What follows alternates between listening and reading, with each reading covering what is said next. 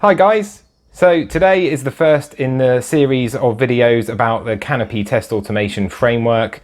Today's video is just going to be about setting up the project, so a fairly simple one today. If there's anything that doesn't make sense or you're unsure of, please just ask in the comments. Let's go! Okay, so the first thing we're going to do is install Visual Studio Community. So let's just search for Visual Studio. Go to downloads and we want to get the community edition, which is free for students, open source contributors and individuals.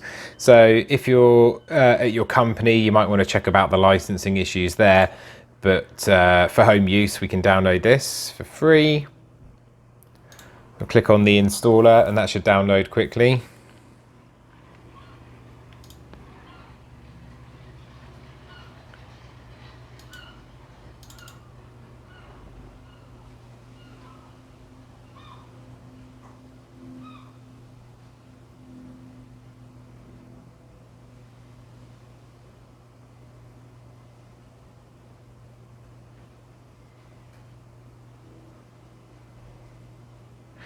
Okay, so now we've got the Visual Studio workloads installation page here, and I think for now we can just go for the ASP.NET and web development workload.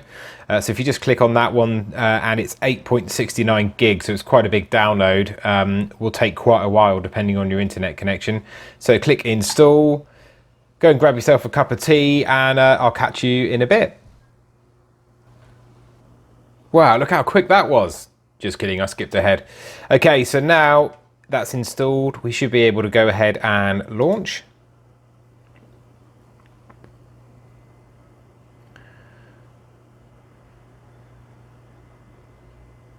Okay, and we're going to go to create new project. Okay, this is going to be in F#. So from the language drop down, select F# there. And it's going to be a class library. So hit that and click next. And you can call it what you want. I'm going to call it my test project. And go ahead and click next. And we'll leave it on the default of .NET Core 3.1. So if you click create. And that should spin up our new project after a few seconds.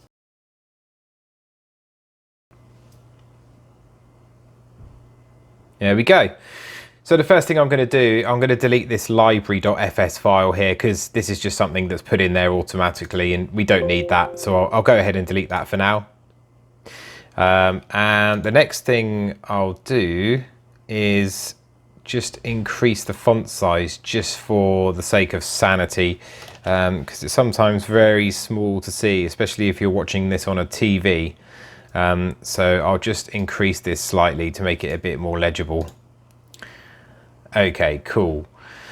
So now we've got our project called My Test Project. If we right click and we'll click on Manage NuGet Packages, you can think of NuGet packages as basically like extensions you can install for additional functionality within your project. So if we go to Browse, we're going to install a few NuGet packages now to help us with our framework. So the first one will be Canopy. So if we just go ahead and download the first one, just click, you can either click install there or click the arrow, and that should install.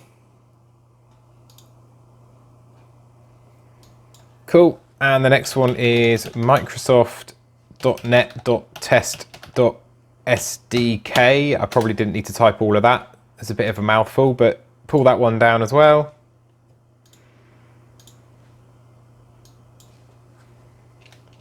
Next one is NUnit.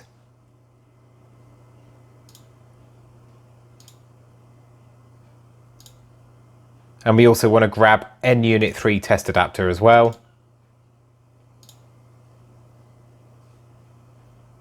Okay, and finally, we want to get Chrome driver.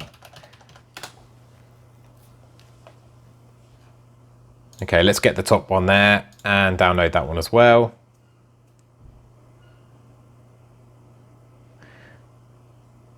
Okay, It's probably a good idea at this point just to save the project. And if you notice, if you double click on the test project over here, if you double click there, you can see this fsproj file, and you can see that there's now references in there to those 5 NuGet packages that we downloaded.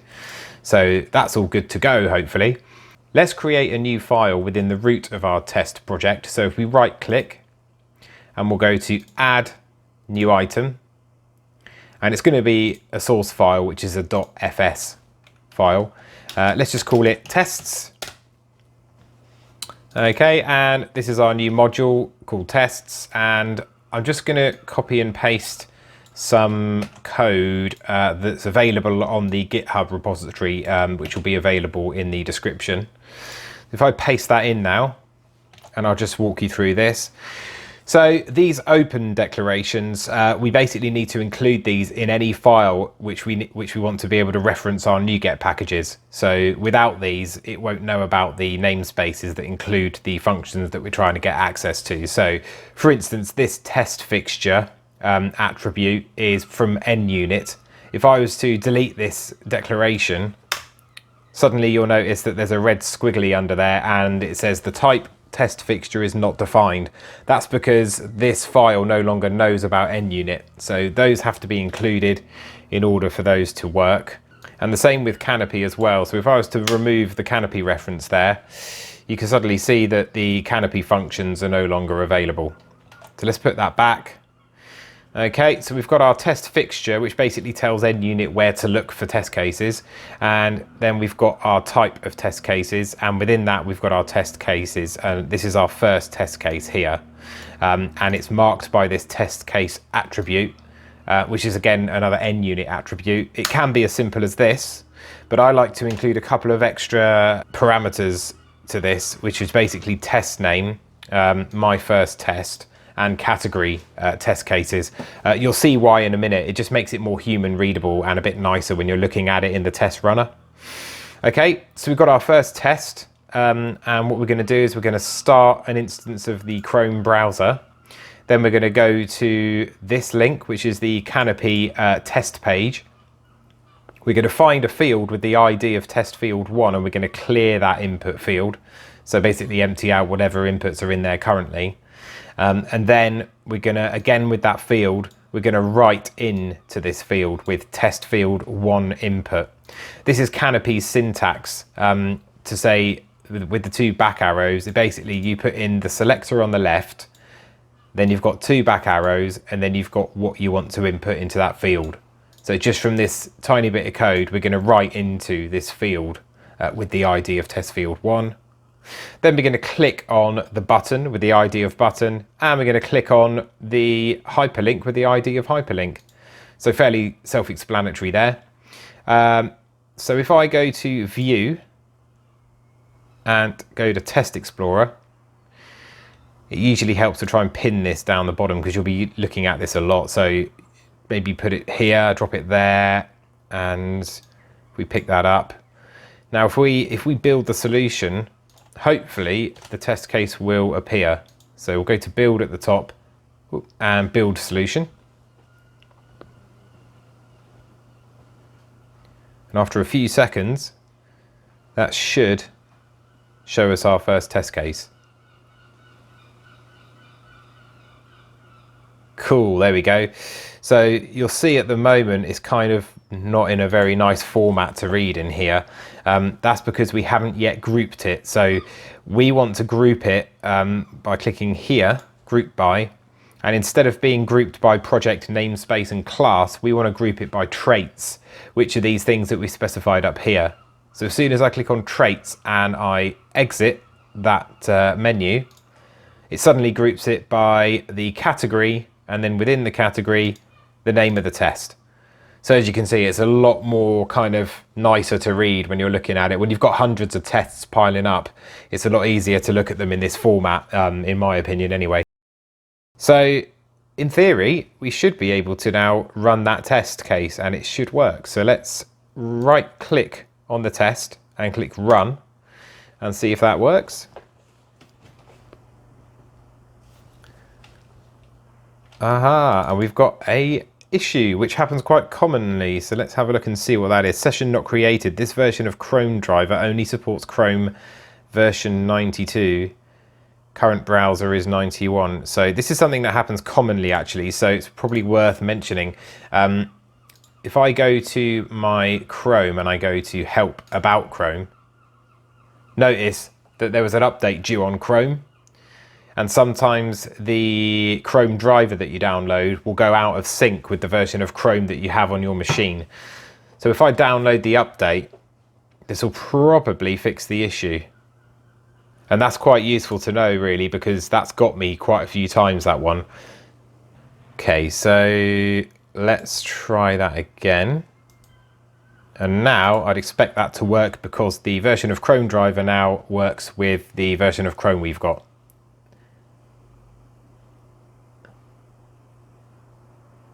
And there we go. You see that's fired off and it finished in 1.8 seconds. So super quick test.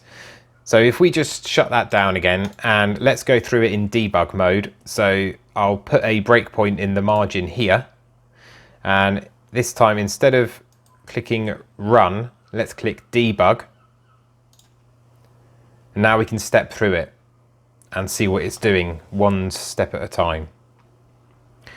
So first of all, we've hit this line, and if you press F10, it will jump over the next line. So there we go, we've started up an instance of Chrome, and we're now on line 12, which is go to the URL. So let's press F10 again, and if we look back, there we go. We're going to clear the field with the ID test field 1, which is this one. F10 over that, look back, and it's been cleared. Now we're going to input this value, F10, there's the new value we've input there. Click me, this is the button with the ID of button, button not clicked, F10, button is now clicked, and the same with the hyperlink as well, link not clicked, F10, and it's now clicked. And let's press F5 just to continue running the rest of the program, and that's it. The test case is finished. Obviously that one took a lot longer because we went through in debug, but as I said before, when you run it in real time, it's super quick. So again, that one finished in 1.6 seconds. So that's a quick overview, and we've got our project loaded up. We've got our Chrome driver working and our first very simple test case working. Thanks for listening, and hope to catch up with you again soon, where we'll start to look at some of the canopy functions in more detail. Cheers, bye.